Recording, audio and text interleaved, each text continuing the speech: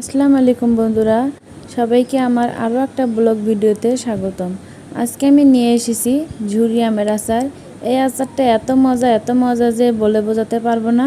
এটা ভাত কিংবা খিচুড়ির সাথে অনেক মজার লাগে খেতে। তো চলুন কথা না বলে রেসিপিতে চলে যাই। প্রথমে নিয়েছি ডাল মশলা, তারপর নিয়েছি শুকনো মরিচ, এখানে নিয়েছি আদা ও রসুন। তারপর এগুলো আমি একটা ব্লেন্ডারে জারে দেব, দিয়ে সবগুলো একসাথে করে মিক্সড করে আমি এগুলো গুঁড়ো করে নেব। এই যে দেখুন, সুন্দর মতো করে আমি ব্লেন্ড করে নিয়েছি।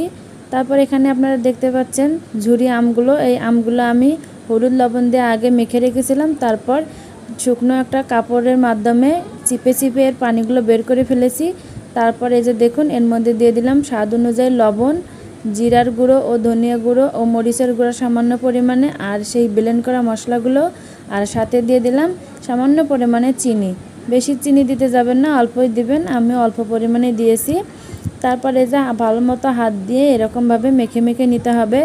দেখুন, এইভাবে সুন্দর করে মেখে নিতে হবে। নেওয়ার পর আমি ওগুলো একটু রেখে দিলাম সাইডে। তারপর আমি কড়াই দিয়ে দিচ্ছি সরিষার তেল। এখানে অবশ্যই সরিষার তেল দেওয়ার চেষ্টা করবেন, কেননা আচার মানেই সরিষার তেল।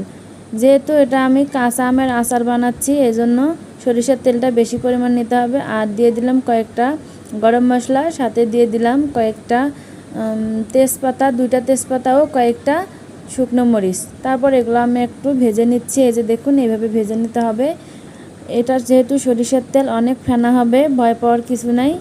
এই যে দেখুন, তারপর আমার যখন তেলটা গরম হয়ে আসবে, তখন আমি এর মধ্যে আস্তে আস্তে করে এই তো আমের ঝুরি আমগুলো ঢেলে দেব।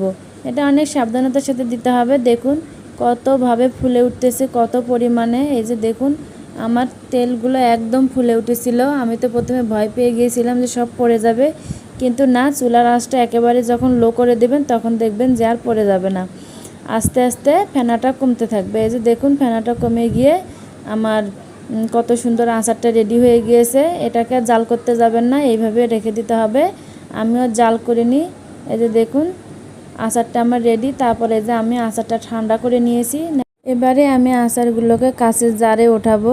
এই যে দেখুন, এরকম একটা আমি কাঁচের জার নিয়েছি, কারণ কাঁচের জারে রাখলে আচারগুলো দীর্ঘদিন ভালো থাকবে এবং ভালো মতো অনেক দিন ধরে খাওয়া যাবে। এজন্য আমি কাঁচের জারে রাখতেছি, আপনারাও কাঁচের জারে রাখার চেষ্টা করবেন।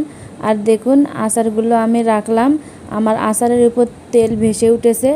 আপনারাও এভাবে তেল ভেসে ওঠা পর্যন্ত তেল দিতে থাকবেন, কেননা তেলের নিচে যদি আচার না থাকে, আচার কিন্তু নষ্ট হয়ে যাবে।